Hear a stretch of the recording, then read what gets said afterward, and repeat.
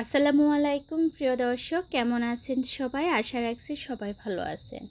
আজকে আমি আপনাদের মাঝে নিয়ে আসলাম পারফেক্ট দুধ চা রেসিপি। চা বানানোর জন্য এখানে আমি নিয়ে নেব 2 কাপ চা বানাবো, সেজন্য 3 কাপের একটু কম পানি নিয়েছি। আর দিয়ে দেব চিনি। মিষ্টিটা যে যতটুকু খেতে পছন্দ করেন ঠিক তেমনই দিবেন, আমি আমার পছন্দ মতো দিলাম। পারফেক্ট দুধ চার জন্য চাই পারফেক্ট ভালো একটা ব্র্যান্ডের দুধ। আপনার দুধের মান কিন্তু ভালো হতে হবে। আমি এখানে 2 কাপ চা বানাবো, সেজন্য দিয়ে দেব 2 চামচ দুধের পাউডার। আমার চামচের মাপটা কেমন সেটা অবশ্যই আপনারা দেখে বুঝতে পারছেন। অবশ্যই এখানে 2 চামচ মিল্ক পাউডার দিতেও হবে, আপনি যদি 2 চামচ চা পারফেক্টভাবে তৈরি করতে চান। আর পানিটা কুসুম গরম থাকা অবস্থাতে দুধ দিতে হবে। যদি বেশি বলক উঠে যায় পানির মধ্যে, তাহলে কিন্তু আপনার দুধটা মিশতে চাইবে না। আর একেবারে ঠান্ডা পানিতেও কিন্তু মিশে না। তাই আমি বলবো কুসুম গরম থাকা অবস্থাতে আপনি দুধের পাউডার দেবেন।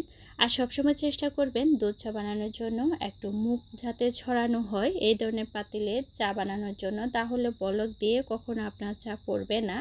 যেমনটা আমি পাতিল নিয়েছি দেখে অবশ্যই আপনারা বুঝতে পারছেন। দুধের পাউডার দিয়ে আমি দুধটাকে 3 থেকে 4 বার বলক তুলে নিয়েছি। যখন 3-4 বার বলক ওঠা হলো, তারপর এখন দিয়ে দেব আমি চা পাতা। 1 চামচ চা পাতা দিয়েছি আমি 2 কাপ চায়ের জন্য। এখন একটু করে নেড়ে ছেড়ে দেবো, বেশি কিন্তু নাড়াচাড়া করা যাবে না। মিডিয়াম আছে আমি দুধ চাটা জাল করে নেব।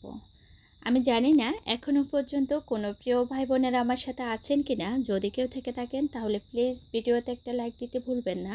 আর যদি মনে করেন আমার এই চ্যানেলটি সাবস্ক্রাইব করার যোগ্য, তাহলে অবশ্যই চ্যানেলটি সাবস্ক্রাইব করে চ্যানেলের সাথেই থেকে যাবেন সব সময়ের জন্য। পাশে থাকা বেল বাটনটি অল অপশনে ক্লিক করে রাখবেন, এতে করে যখন আমি নতুন নতুন ভিডিও আপলোড করব সাথে সাথে আপনাদের কাছে নোটিফিকেশন যাবে। চাইলে আমার ভিডিওগুলো আপনারা যে কোনো সময় দেখে নিতে পারবেন। আপনাদের সাথে কথা বলতে বলতে আমার দুধ চাটা একবারে হয়ে আসছে। এখানে আমি আরও সামান্য পরিমাণ চিনি ব্যবহার করেছি।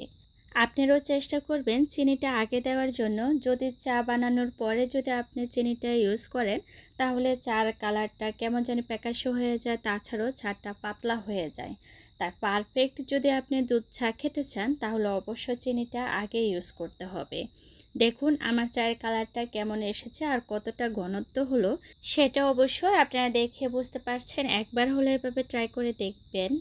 মেহমান আপ্যায়নে যদি আপনি এই ধরনের 1 কাপ চা একটা বিস্কিট দেন, তাহলে তো জাস্ট ওয়াও খেয়ে বলবে। আজ এ পর্যন্ত, সবাই ভালো থাকবেন, সুস্থ থাকবেন। চলে আসবো অন্য কোনো দিনে নতুন রেসিপি নিয়ে। আসসালামু আলাইকুম।